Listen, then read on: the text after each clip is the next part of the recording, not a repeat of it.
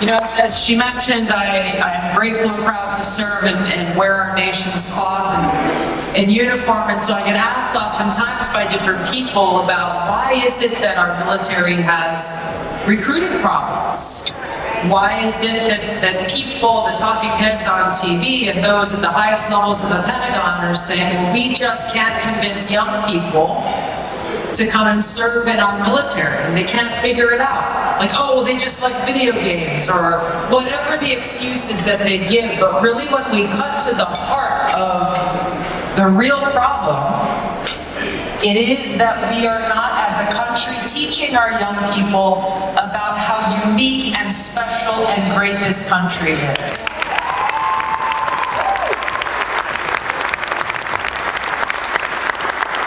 Because we are not teaching true civics in our public classrooms, because we are not conveying the genius of our founders in their crafting of the Constitution, our Bill of Rights, the Declaration of Independence, and how many great Americans across generations have sacrificed their lives to defend freedom, to defend all that we cherish and hold dear, every one of them raising their right hand and taking that same oath that Antoine took, that I took, that every single person here in this room took when they enlisted to serve in our military. So when you think about a young generation that has not had this opportunity to learn about this greatness, is it any wonder that they question, why should I be willing to put my life on the line for this country when they don't understand our past, our present, and how dangerous and bleak our future looks when we have people in power as we do today who are taking our freedoms away. So the work that Joni and all of your team are doing, the work that you are supporting, I can't say enough about how critical it is for us to continue to survive as a country. Yes. That's what's at stake.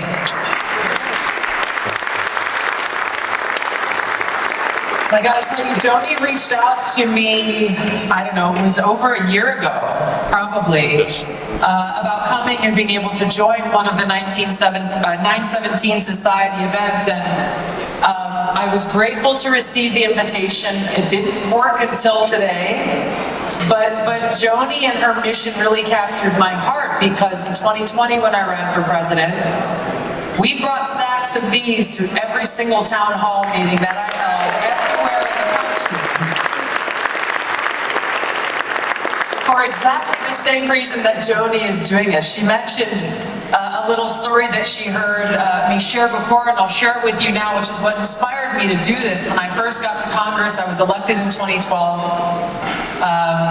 sworn into office, and took the same oath as a member of Congress as I took when I enlisted in the military.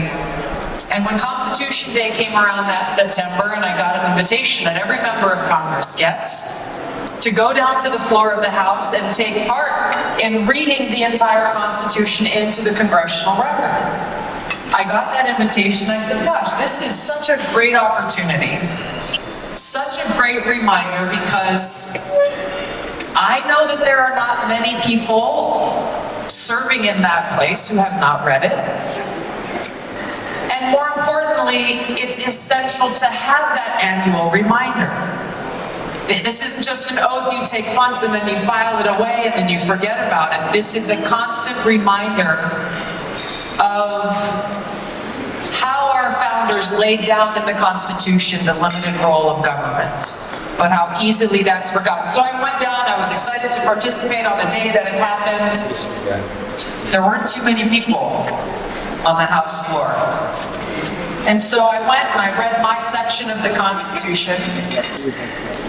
And I went back and I talked to some of my Democratic colleagues later that day, and I said, hey, I went down and joined the Constitution Day reading. I didn't see many people there.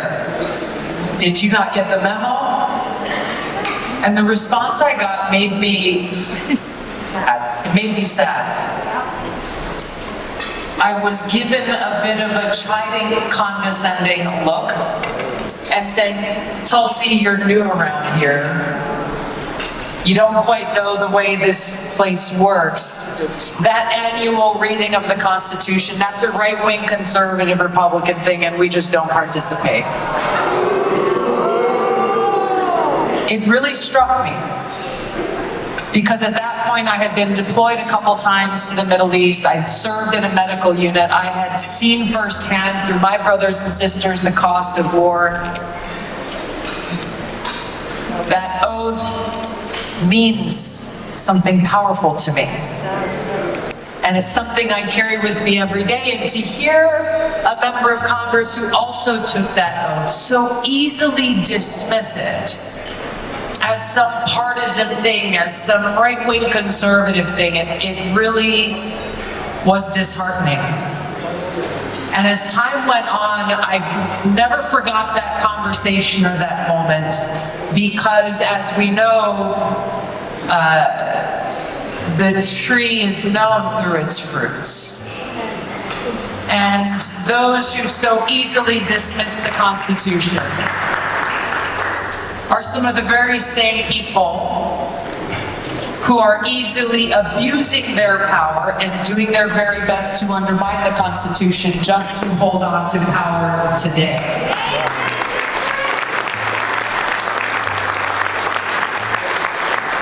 And this is exactly what is at stake right now. I have never been more concerned about the future of our republic than I am now. And I've never said that before. I know you guys run in political circles and in states across the country. I've heard it from politicians my entire life. Every election is like, hey, this is the most important election of our time. You guys gotta write your checks, you gotta get out and vote. This is it, guys. And then they say it every single time. All right, which one was it? Is it last time or this time? I have never said that. Even as I've run for political office at the state, the county level, for Congress, and for president, I have never said it until now. Never before have I seen such brazen and overt abuses of power in broad daylight. I'm not even trying to hide it anymore. Why? Power. It's about power. And it's about people who, in their insatiable hunger for power, are so willing to sacrifice our republic and our freedom and our Constitution,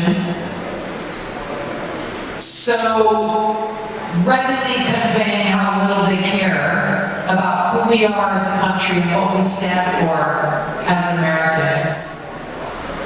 People who, when I ran for president in 2020, would be critical when they said, oh, this would be too many American flags. You can't have that many American flags, it's too much. People who saw my statement on a debate stage in a Democratic primary saying, I love my country, as a controversial statement. I cannot overstate what is at stake in this election. You get it, you're here, but I guarantee you there are people in your lives, whether they are family members or co-workers or neighbors or friends, who maybe don't quite see what's actually happening here. I was talking to Dragos for a few minutes, and he shared a little bit about his upbringing in a communist country, and I shared with him how important it is that people like him who have had that experience continue to share your story. Because there's a lot of folks who don't know and connect the dots between the kinds of policies we are seeing some folks advocate for here in America and how close it is to countries that Dragos and others have escaped and fled in the pursuit of freedom. I was recently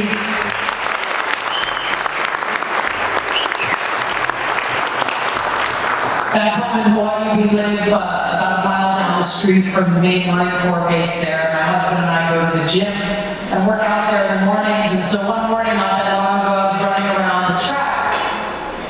And I had my AirPods in, and all mowing the grass. Next to me, there was a woman walking with her stroller down the sidewalk, and out of the corner of my eye, I saw them stop and freeze all of a sudden. I took my AirPods out, and I heard the sound of the trumpet sounding reveille. How many of you, reveille is such a wonderful reminder of what it means to just stop what you're doing and honor our flag. Honor the daily raising of that flag.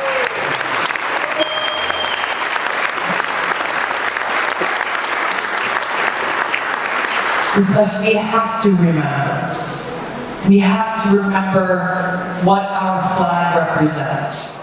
We have to remember the men and women who have sacrificed everything to honor that flag, to honor what makes us special. And so it's so invigorating and inspiring to be able to come here and join you tonight because you get it. You understand what's happening in the country right now.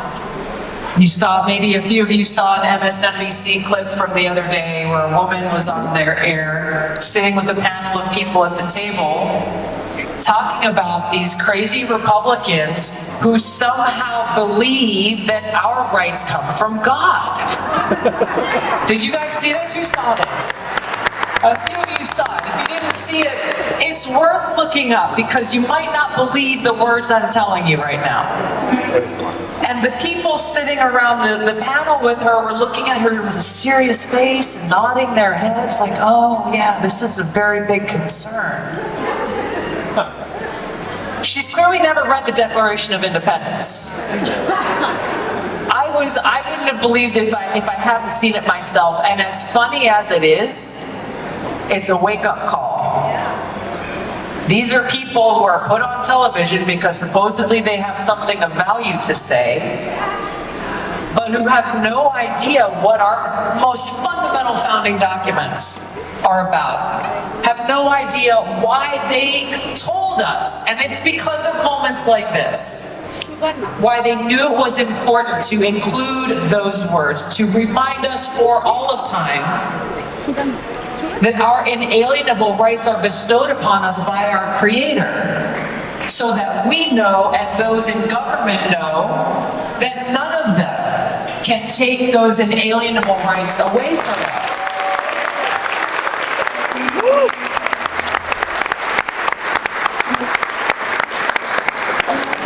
But they are trying their hardest. They are trying their hardest. There are so many different examples I could give. I just finished writing a book called For Love of Country that goes into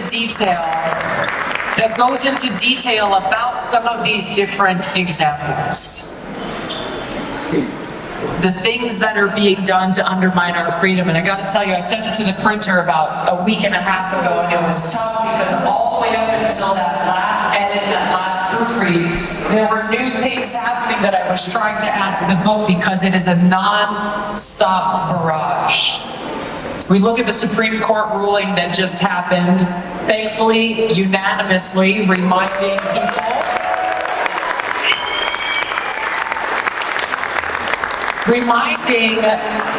those in power in government, those in power in bureaucracies, those in power in the media and big tech, and all of those who are intent on taking away our freedom, that they have no right.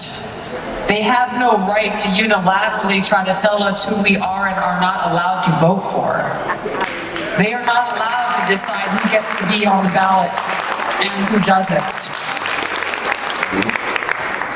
When I saw, I think it was a tweet from David Axelrod, but others said very much the same thing. Something along the lines of, oh gosh, now we have to leave it up to the American people to protect our democracy. That's the only thing that we have. This is the danger of the moment that we're facing, that we have people in power who are so intent on keeping that power. They are terrified of a free people with the freedom to choose for ourselves who we want to serve us in our government. They are terrified that we will actually take those words in our founding documents to heart, where our founders told us, your government exists only with the consent of the governed. Right. They are terrified that we will make the quote-unquote wrong choice, and the only wrong choice in their books is a choice other than them. They are so afraid that they are trying to take that freedom away from us. That unanimous opinion by the Supreme Court sent that resounding message loud and clear. It's on us to take to heart what that actually means. There are too many people in our country who feel hopeless, who feel like our voices don't matter, and I understand it, who feel like the system is irretrievably broken and corrupt, and there's nothing to do but throw up your hands. If we love our country as we proclaim that we do, it's up to us to save her. Every one of us.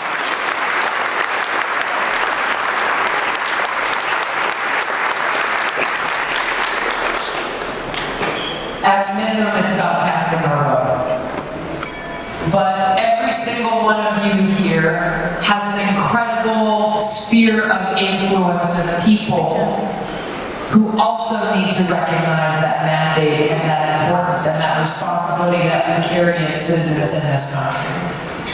To defend and to protect it. To ensure that it is as free as our founders intended for generations to come. For that young girl who sung God Bless America in such a beautiful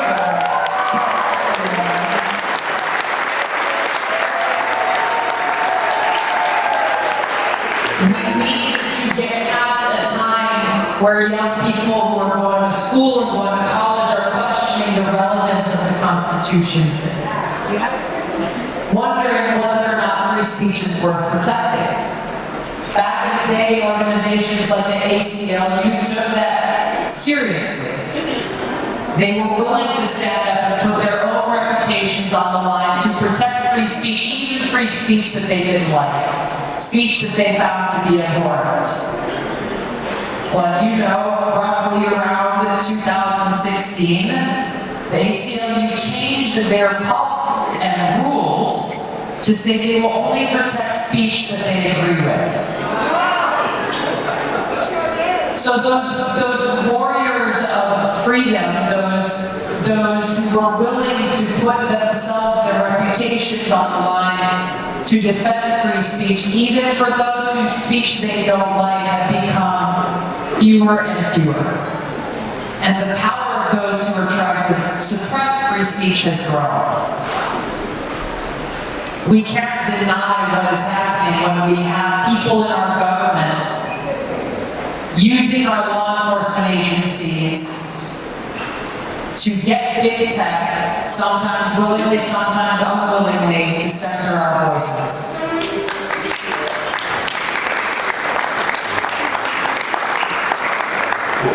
We have to recognize, yes, they are powerful, and they have many tools at their disposal, and they are using all of them. They are using all of them. But we outnumber them. And the power of our voices has the ability to bring about the serious change that we need to see in our country.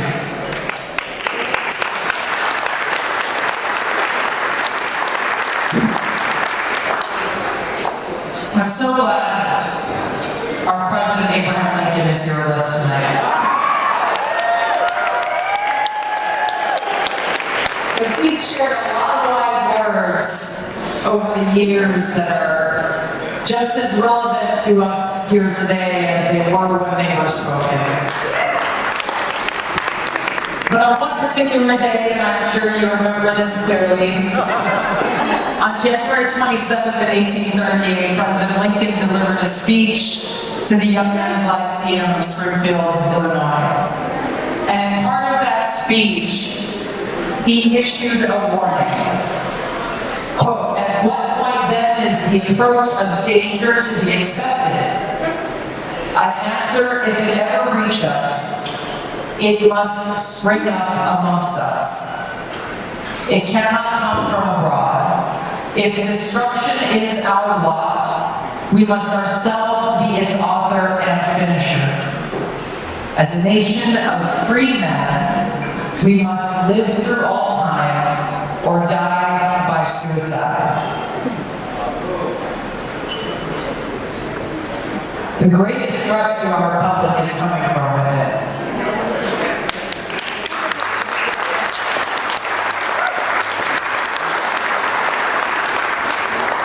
And that's the challenge that we must face. Are we willing to take a stand against that threat? Because freedom isn't free. We cannot underestimate what we the people can accomplish. This is a mandate not for Republicans or Democrats or independents or people who like this politician and don't like that politician. Now is the time that we have to make the effort to reach out to those who may not agree with us on every issue and remind our friends and neighbors and family members and co-workers what does it mean to be an American. Yes. Remind people about our fundamental God-given rights and freedoms enshrined in our Constitution and Bill of Rights and how important they are to every one of us today, and how much they are at risk of being lost by those in power who feel threatened by our freedom.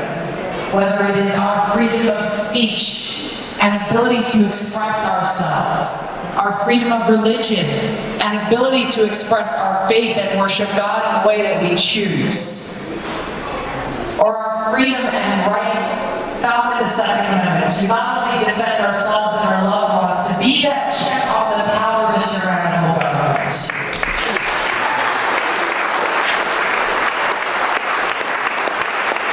That freedom that we find in the Fourth Amendment that says the government doesn't get to launch a warrantless search against us.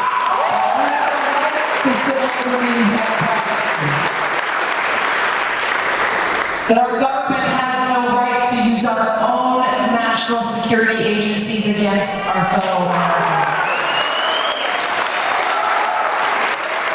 Nor do they have the right to circumvent our Constitution and get other countries to spy on our fellow Americans.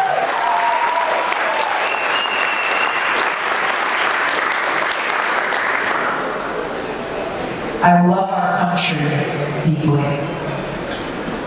I don't hold office. I'm not here to campaign or ask for votes. I'm here to ask you to join me in this fight for our freedom.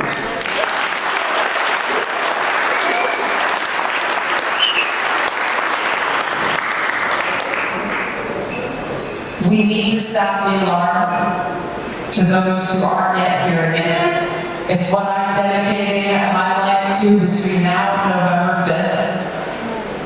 I'm not here to tell you how to vote or who to vote for. I'm here to ask you and challenge you to encourage others to stand up and defend freedom. To take some time, as we do during revenue, as we should do more often than once a year, is to study the Constitution.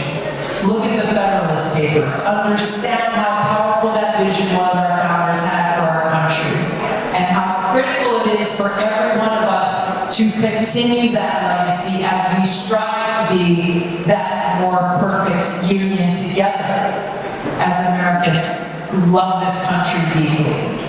There may be some bruises that you'll get along the way, because as Jody has experienced, and many of you may have experienced, those who feel threatened will stop at nothing who stand for freedom.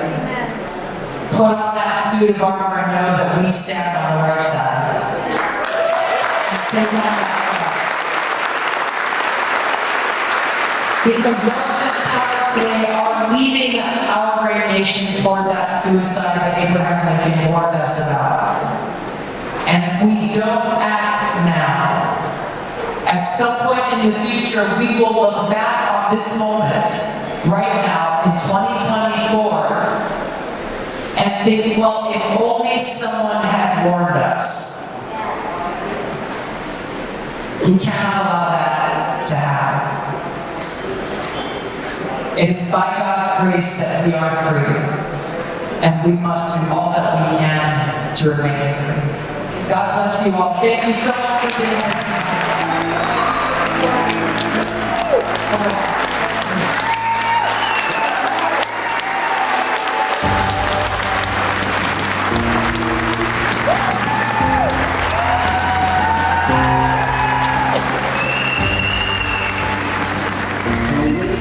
Tulsi Gabbard.